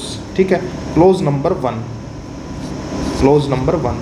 देन एक और कंजंक्शन आ गया, all students come to the assembly room for prayer. ये जो all student come to the assembly room for the prayer, ये पूरी की पूरी होगी क्लोज नंबर 2। अच्छा, क्लोज कितनी है, 1 और 2, 2 क्लोज होगी। अच्छा, 2 क्लोज को जोड़ने के लिए कंजंक्शन कितनी चाहिए, एक कंजंक्शन चाहिए, लेकिन इसके अंदर कंजंक्शन कितनी दे रखी है, एज सुन एज भी दे रखी है और देन भी दे रखी है, तो देन को हटा दो। ठीक है, ध्यान रखना, अगर आपके सेंटेंस में 2 क्लोज हैं और ऑलरेडी 2 क्लोज को जोड़ना है और उसमें 2 कंजंक्शन आई हुई हैं, तो जो एक्स्ट्रा कंजंक्शन है उसको हटाना पड़ेगा। ठीक है स्टूडेंट्स, नाउ नेक्स्ट क्वेश्चन की ओर बढ़ते हैं। नेक्स्ट क्वेश्चन हमारा 32, hardly had he come out for the bus then the bomb exploded and shattered the bus into pieces. अब देखो हार्डली के बारे में हमने डिस्कस किया है। देखो हार्डली क्या बताता है, हार्डली मीनिंग कन्वे करता है ना के बराबर। ठीक है, दूसरा हार्डली क्या मीनिंग कन्वे करता है, नेगेटिव मीनिंग कन्वे करता है। पहली बात तो होगी ये। दूसरा, हार्डली के साथ नोट नहीं आएगा, क्या यहाँ पे नोट है, नहीं है। अच्छा, हार्डली क्या होता है, एक एडवर्ब होता है। अगर ये एडवर्ब है तो ये अपने साथ क्या लेगा, इन्वर्जन लेगा। इन्वर्जन क्या होता है, जिसमें हम हेल्पिंग वर्ब को सब्जेक्ट से पहले लिख देते हैं। ठीक है, कैसा कर रखा है, बिल्कुल कर रखा है, ही कम्स, ही से पहले यहाँ पे हैड लिख रखा है, तो यहाँ पे तो गलती है नहीं। दूसरा, हार्डली का जो पेयर बनता है, क्योंकि ये एडवर्ब है तो इसका पेयर बनता है व्हेन से। ठीक है, अगर हम बात करें तो हार्डली का पेयर क्या बनता है, व्हेन बनता है। अब देखते हैं क्या हार्डली के साथ व्हेन लिखा हुआ नहीं है, तो गलत है, यहाँ पे देन नहीं, क्या आएगा बच्चे, व्हेन आएगा। तो सही आंसर होगा, hardly had he come out of the bus when the bomb exploded and shatter the bus into pieces. हम बस से निकले ही नहीं थे कि जो बम था, जो गाड़ी में, बस में बम था, वो क्या हो गया, वो एक्सप्लोड हो गया और उसने बस को क्या कर दिया, पीसीज में, टुकड़ों में, शैटर, इधर उधर फेंक दिया। ठीक है, नाउ नेक्स्ट क्वेश्चन है बच्चे, scarcely had I board the ticket when the train left the platform with a hissing sound। 33rd question है। अब देखो यहाँ पे स्कार्सली, स्कार्सली का भी मीनिंग क्या होता है, जैसे हार्डली का मीनिंग होता है, स्कार्सली का भी मीनिंग होता है लगभग कम मात्रा में, ना के बराबर की सेंस ही होता है, हार्डली, बेयरली, स्कार्सली। ठीक है, अब स्केर्सली जो होता है इसके साथ कोई नेगेटिव नहीं आ सकता। ठीक है, क्योंकि ये खुद ही नेगेटिव होता है। तो क्या यहाँ पे नोट लिखा हुआ है, नहीं लिखा हुआ, तो अभी तक तो सही है। दूसरा पॉइंट क्या है, ये आपका एक एडवर्ब होता है। अगर ये एडवर्ब होता है तो हमें किस सेंस में लिखना पड़ेगा, हमें इन्वर्जन लिखना पड़ेगा सेंटेंस को। क्लोज को हमें किस में लिखना पड़ेगा, इन्वर्जन लिखना पड़ेगा। इन्वर्जन में क्या होता है, हेल्पिंग वर्ब पहले आ जाती है सब्जेक्ट में, क्या ऐसा है, बिल्कुल है, ये तो सही हो गया। उसके बाद जो स्कार्सली होता है, इसका जो पेयर बनता है वो कौन बनता है, वो व्हेन बनता है। क्या ये भी दे रखा है, स्कार्सली का पेयर बनता है व्हेन, बिल्कुल दे रखा है। तो यानी कि ये जो सेंटेंस है ये क्या है, एकदम नो एरर है, इसमें किसी प्रकार की कोई भी गलती नहीं है। Scarcely had I board the ticket when the train left the platform with A hissing sound. मैंने टिकट ली ही थी कि, मुश्किल से टिकट ली ही थी कि जो ट्रेन है वो प्लेटफॉर्म को छोड़ के चली गई, किस साउंड के साथ, हिसिंग साउंड के साथ। ठीक है, हिसिंग साउंड क्या होता है, जिसमें लास्ट में सिसकार की ध्वनि आती है। ठीक है, नाउन के टॉपिक में मैंने पढ़ाया था, जब सिसकार की ध्वनि आती है, ठीक है, तो उसको हम बोलते हैं hissing sound. Now next question की ओर बढ़ते हैं। Many of the freedom fighter are so respectful as Gandhi ji if not more. Meaning है, बहुत सारे फ्रीडम फाइटर्स को रिस्पेक्ट दी जाती है गांधी जी की तरह, अगर उनसे ज़्यादा नहीं दी जाती तो। ठीक है, मतलब कहने का मतलब है गांधी जी की तो रिस्पेक्ट है ही, लेकिन बाकियों की भी बहुत सारे फ्रीडम फाइटर्स हैं, उनको रिस्पेक्ट दी जाती है। अगर गांधी जी इतनी नहीं दी जाती, उससे ज़्यादा नहीं दी जाती, लेकिन उतनी बराबर तो दी जाती है। तो यहाँ पे जो है, अगर तुम ध्यान से देखो, सो और एज लिखा हुआ है, लेकिन हमें पता है सो का जो एज के साथ कंपेयर बनता है ये हमारा बनता है नेगेटिव में। लेकिन अगर हम बात करें एज और एज, तो इसका कंपेयर हमारा नेगेटिव में भी चल जाता है, जो इसका मतलब सिमिलैरिटीज़ में बात करें, और ये हमारा पॉजिटिव में भी चल जाता है। इस सेंटेंस में ये जो बता रखा है ये पॉजिटिव सेंस में बता रखा है, आपका नेगेटिव तो नहीं है, तो यहाँ पे सो तो आ नहीं सकता, आपको लिखना होगा एज रिस्पेक्टफुल एज। ठीक है, many of the freedom fighters are as respectful as Gandhi ji if not more. ठीक है, नाउ नेक्स्ट क्वेश्चन की ओर बढ़ते हैं।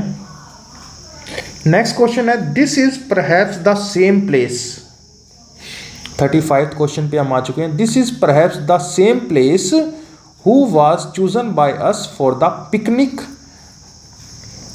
ठीक है, who was chosen by for the picnic. अब देखो यहाँ पे, अगर हम यहाँ पे ध्यान से देखें तो यहाँ पे है ना द सेम लिखा हुआ है। देखो ये टॉपिक हम ऑलरेडी प्रोनाउन में डिस्कस करते हैं। अगर हमने यहाँ पे लिख दिया द सेम, तो इस द सेम का जो पेयर बनता है ना वो बनता है दैट।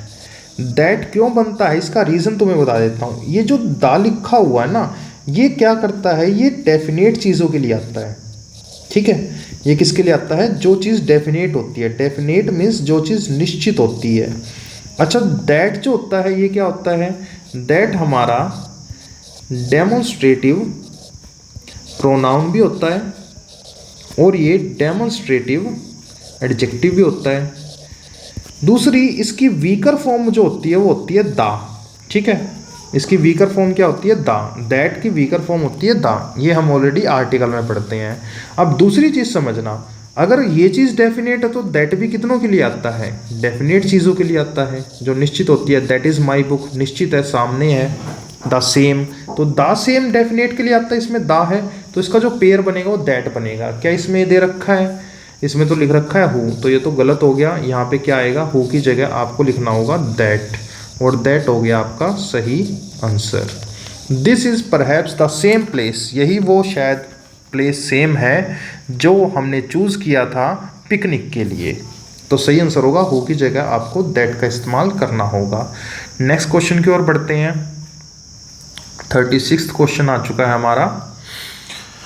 बताओ स्टूडेंट्स क्या आएगा। She ask me that why I was not preparing for the civil services examination. इसमें वो बोल रहा है कि वो पूछती है, शी आस्क मी दैट, वो पूछती है कि मैं क्यों नहीं सिविल सर्विसेज की तैयारी कर रहा हूँ।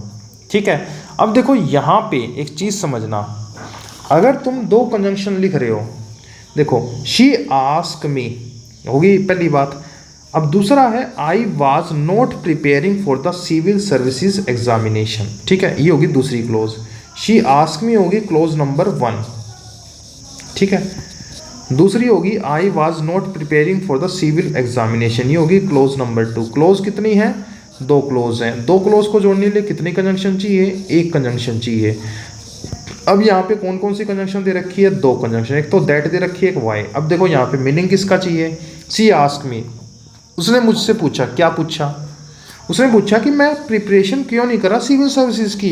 तो यहाँ पे वाई का मीनिंग चाहिए हमें। अगर वाई का मीनिंग चाहिए तो दैट को काट दो। यहाँ पे सही आंसर होगा, 2 कंजंक्शन नहीं आएगी, आपको यहाँ पे वाई लिखना होगा और दैट कंजंक्शन को हटाना होगा। ठीक है, तो जो ए ऑप्शन है उसमें गड़बड़ है। नेक्स्ट क्वेश्चन की ओर बढ़ते हैं। 37वां क्वेश्चन हमारा आ चुका है और 37वां क्वेश्चन का आंसर आपको बताना है। Run fast lest you will lose the race, तेज दौड़ो। ये क्या हो गया आपका? ये हो गया हमारा इम्पेरेटिव। ठीक है, जब हम किसी को डायरेक्ट ऑर्डर एडवाइस देते हैं तो इम्पेरेटिव सेंटेंस पे चला जाता है। देखो, दौड़ो वरना क्या होगा? तुम इस रेस को हार जाओगे। अब जो लीस्ट है, हमने अभी थोड़ी देर पहले भी डिस्कस किया था, लीस्ट का जो भाई बनता है ये आपको शुड के साथ जुड़ता है। लिस्ट का क्या बनता है? शुड बनता है। अगर हम लिस्ट की बात करें तो इसका भाई कौन बनता है? शुड। क्या यहाँ पे शुड है? नहीं है, यहाँ पे तो विल है, तो इसका भाई बनेगा शुड। ठीक है, क्या बनेगा? शुड बनेगा। एक मिनट,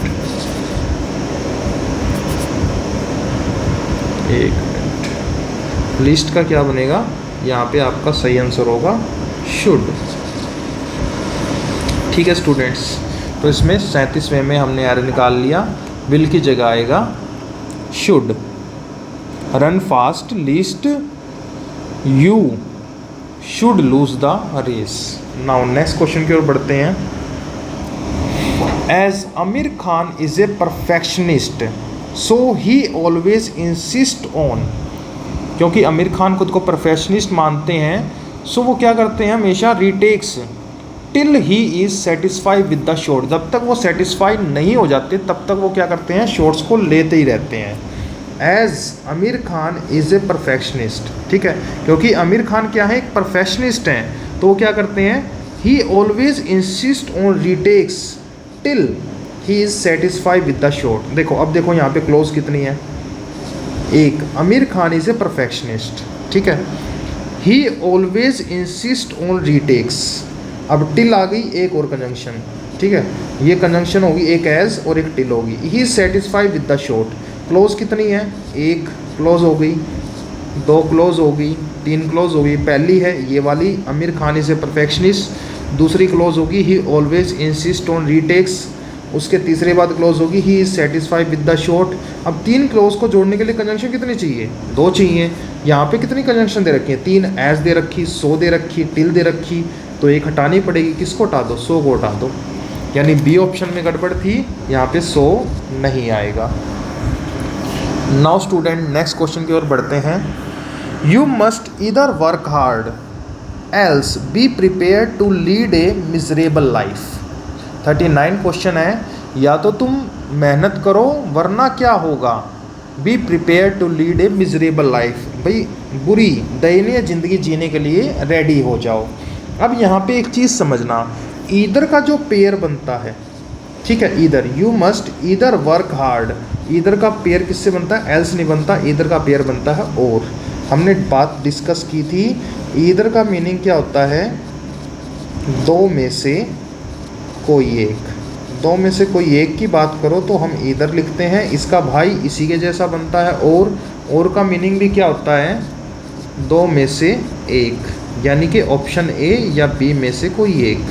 अब ये दोनों पेयर बन गए तो यहाँ पे एरर, एल्स नहीं, आप लिखोगे और। ईदर का पेयर बनता है और के साथ, और जो और है ये हमारा कोरिलेटिव कंजंक्शन होती है। Correlative conjunction means same rank को जोड़ने का काम करती है। ठीक है स्टूडेंट, नाउ नेक्स्ट क्वेश्चन की ओर बढ़ते हैं। नेक्स्ट क्वेश्चन हमारा, I don't know if any of the student of our school is going to pay any heed to the principal order or not. Pay any heed, देखो समझना, to pay heed means क्या होता है? इसका meaning होता है, ये एक फ्रेजल वर्ब होता है, इसका मीनिंग होता है ध्यान देना, ठीक है, अटेंशन।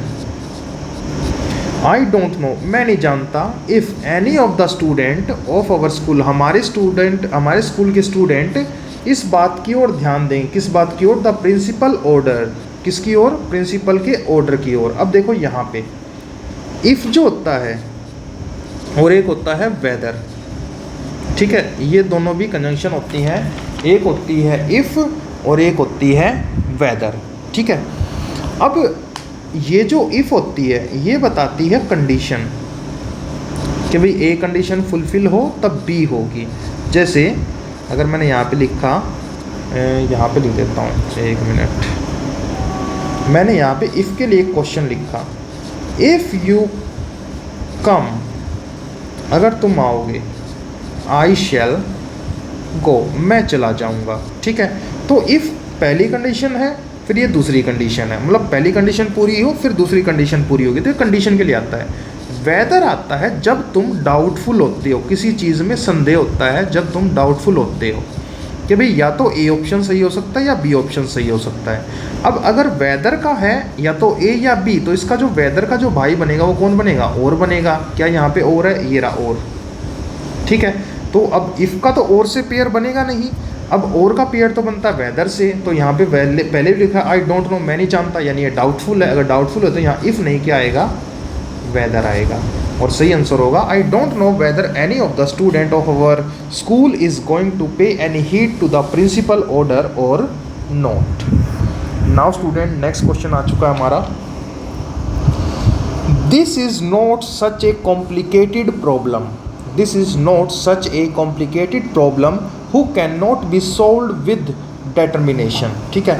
अब देखो यहाँ पे हमें सिंपल सी बात है, this is not such a complicated problem, ये कोई ज़्यादा बहुत बड़ी कॉम्प्लिकेटेड प्रॉब्लम नहीं है। Who can not be solve, जिसे सोल्व नहीं किया जा सकता स्ट्रॉन्ग डिटर्मिनेशन के साथ। अब देखो समझना, ये नॉर्मल सा क्वेश्चन है, सच के साथ हमेशा क्या चलता है, सच के साथ हमेशा दैट चलता है, ठीक है। और मैं आपको ऑलरेडी बता देता हूँ, प्रोनाउन के टॉपिक में हम डिस्कस करते हैं, हु हमेशा सब्जेक्ट बनता है, हु किस चीज़ का होता है, ये लिविंग थिंग्स के लिए आता है, ठीक है। अब यहाँ पे प्रॉब्लम है तो लिविंग थिंग्स के रूप में तो हु का इस्तेमाल करोगे नहीं, ठीक है, तो इसलिए यहाँ पे हु तो आना वैसे भी नहीं है। और सच के साथ पेयर किसका बनता है, दैट का पेयर बनता है, तो यहाँ पे दैट लिखा जाएगा। नाउ स्टूडेंट, नेक्स्ट क्वेश्चन की ओर बढ़ते हैं। 42 question, although these books are not useful, although these books are not useful but the students buy them because their senior did so, although these books are not useful, यद्यपि ये books जो हैं ज़्यादा महत्वपूर्ण नहीं है, लेकिन स्टूडेंट्स क्या करते हैं, इनको खरीदते हैं। क्यों खरीदते हैं, बिकॉज इनके सीनियर्स जो थे उन्होंने भी ऐसे किया था। अब देखो समझना, पहले तो हो गया ऑल्दो, ऑल्दो का जो पेयर बनता है वो किससे बनता है, वो बनता है येट से, ऑल्दो येट, ठीक है। और दो का भी किससे पेयर बनता है, दो का भी पेयर बनता है येट के साथ। क्या यहाँ पे ऐसा है, ऑल्दो के साथ पेयर नहीं, बट का लिख रखा है, कैंसिल करो, यहाँ पे लिखो येट, पहली गलती। दूसरा देखते हैं, although these books are not useful yet the students buy them, क्यों buy them, because their senior did so, ठीक है। तो ये बाकी में तो किसी में कोई एरर नहीं है, लेकिन ध्यान रखना ऑल्दो के साथ जो पेयर बनता है वो येट का बनता है, बट का पेयर नहीं बनता, ठीक है। और जो बट कंजंक्शन होती है वो किसके लिए आती है, वो आती है जब आप कॉन्ट्राडिक्ट बात करो, ठीक है, तब हम बट का इस्तेमाल करते हैं। तो यहाँ पे ऑल्दो के साथ आपको येट लिखना पड़ेगा, ठीक है। नाउ स्टूडेंट, नेक्स्ट क्वेश्चन की ओर बढ़ते हैं। नेक्स्ट क्वेश्चन है हमारा, he did not succeed in the examination, वो एग्ज़ाम में सक्सीड सफल नहीं हुआ, येट फिर भी he had work hard and had adopted the right strategy, ठीक है। यद्यपि उसने क्या किया, बहुत मेहनत की थी, उसने राइट स्ट्रेटजी अडेप्ट की थी, फिर भी वो क्या हो गया, वो फेल हो गया, ठीक है। इसको हमने कंजंक्शन में डिटेल में समझा है। अब जो बात करें तो ये जो ये है, he had work hard and had adopted the right strategy, एक तो ये बात है। दूसरा यहाँ पे क्या है, he did not succeed in the examination, ये क्या हो गया, इसका रिजल्ट है, ठीक है। अपोजिट रिजल्ट और रीज़न का कॉन्सेप्ट मैंने कंजंक्शन में आपको पढ़ाया है, ठीक है। अगर हम he had work hard and had adopted the right strategy, ये तो है रीज़न, ठीक है। इसका रिजल्ट क्या रहा, ये रहा, वो असफल हो गया। असफल होने का जो ये आया है, ये जो नेगेटिव रिजल्ट आया, इसका रीज़न क्या रहा होगा कि उसको अच्छा नहीं पढ़ा होगा। लेकिन यहाँ पे जो रीज़न है वो कैसा दे रखा है, वो तो अपोजिट दे रखा है। उसने तो अच्छी मेहनत की है, राइट स्ट्रेटजी अडोप्ट की है, तो जो रीज़न है वो क्या है आपका, अपोजिट है। और जब अपोजिट रीज़न होता है तो येट नहीं क्या लिखते हैं हम, दो, ठीक है। दो he had worked hard and had adopted the right strategy, he did not succeed in the examination। अब यहाँ पे एक चीज़ समझना, दो को आप अकेले लिख सकते हो लेकिन येट को आप अकेले नहीं लिख सकते। तो यहाँ पे लेट लिखो या ना लिखो वो सही है, कोई दिक्कत नहीं है, ठीक है। नाउ नेक्स्ट क्वेश्चन पे आ गए हैं। he has a lot of money, he has lots of money and he will not help anyone। देखो समझना, यहाँ पे जो है he has lots of money है, उसके पास बहुत सारा धन है, ये तो हो गया आपका रीज़न कि उसके पास बहुत सारा धन है, ठीक है। अच्छा, अब बहुत सारा धन है तो उसे क्या करना चाहिए, लोगों की मदद करनी चाहिए। रिजल्ट कैसा होना चाहिए, रिजल्ट होना चाहिए कि लोगों की मदद करनी है। लेकिन यहाँ पे रिजल्ट कैसा दे रखा है, विल नॉट हेल्प एनीवन, वो तो मदद नहीं करता। तो यहाँ पे जो रिजल्ट है वो पॉजिटिव नहीं, क्या है, रिजल्ट तो आपका यहाँ पे नेगेटिव हो गया, ठीक है। रिजल्ट होना चाहिए, अगर उसके पास बहुत सारा पैसा है तो पॉजिटिव रिजल्ट होना चाहिए, उसे मदद करनी चाहिए। लेकिन ये तो अपोजिट रिजल्ट आ गया, और हमें पता है अगर अपोजिट रिजल्ट आ जाए, ठीक है, तो उस सिचुएशन में हम क्या करेंगे, he has lots of money, अब हम लिखेंगे but he will not help anyone, लेकिन वो किसी की भी मदद नहीं करता, ठीक है। नाउ स्टूडेंट नेक्स्ट क्वेश्चन की ओर बढ़ते हैं। Because he is intelligent therefore he gets good marks in all the examination. देखो समझना, अब यहाँ पे सिंपल सा है तो question, he is intelligent because, क्योंकि वो इंटेलिजेंट है, he gets good marks in all the examination. Clause कितनी है, क्लोज है हमारे पास दो। अच्छा, दो क्लोज को जोड़ने के लिए कंजंक्शन कितना चाहिए, एक कंजंक्शन चाहिए। लेकिन इसमें देखो तो एक बिकॉज दे रखी है, एक देयरफॉर, तो देयरफॉर को हटा दो, एक कंजंक्शन से काम चल जाएगा।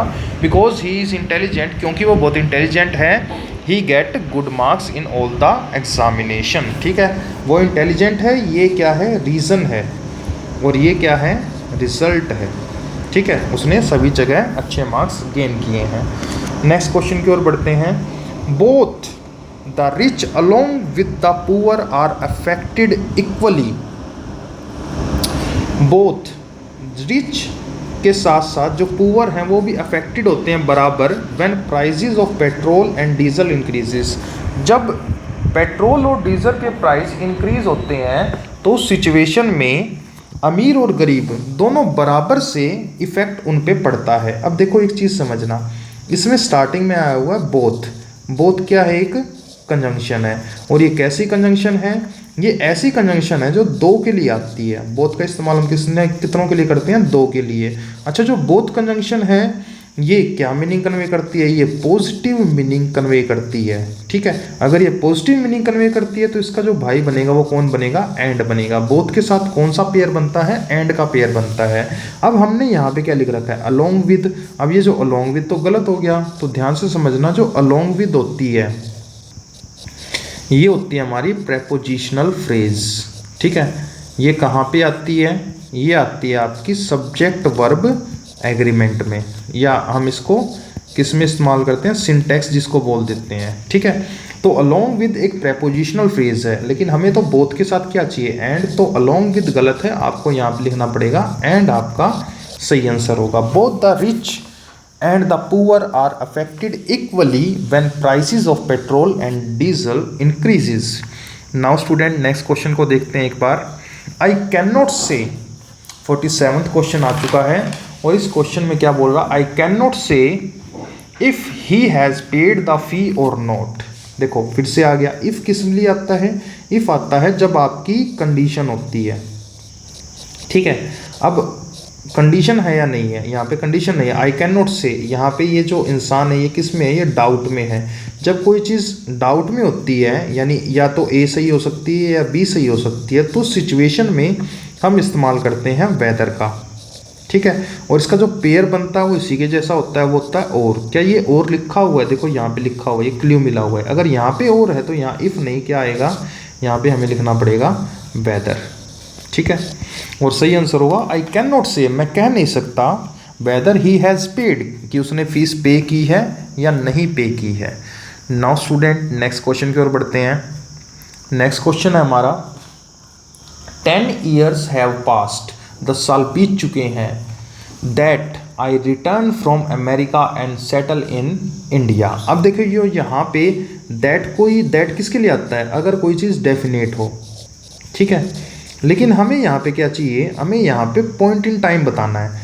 10 साल हो चुके हैं, ये आपके टेंस में भी आएगा, ठीक है। टेंस टॉपिक में हमने ये डिस्कस किया हुआ है, सिंस और फॉर वाले में। 10 साल हो चुके हैं जब से I return from America and settle down in India, America से आने और इंडिया में सेटल होने में अब मुझे कितना उसके 10 साल। अगर आपको पॉइंट इन टाइम बताना है तो आपको यहाँ पे क्या लिखना पड़ेगा, सिंस लिखना पड़ेगा, ठीक है।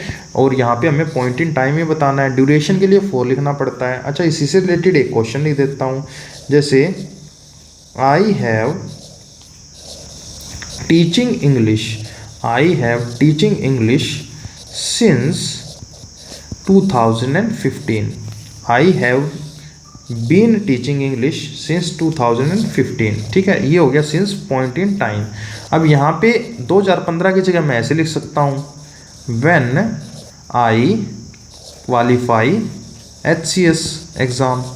तो इस तरीके से आप लिख सकते हो, बस यही बात यहाँ पे होगी। 10 ईयर हैव पास्ट सिंस, जब से मैं अमेरिका से इंडिया सेटल डाउन हुआ हूँ, तो ये एक पॉइंट इन टाइम हो गया। तो यहाँ पे दैट की जगह क्या आएगा, सिंस का आप इस्तेमाल करोगे।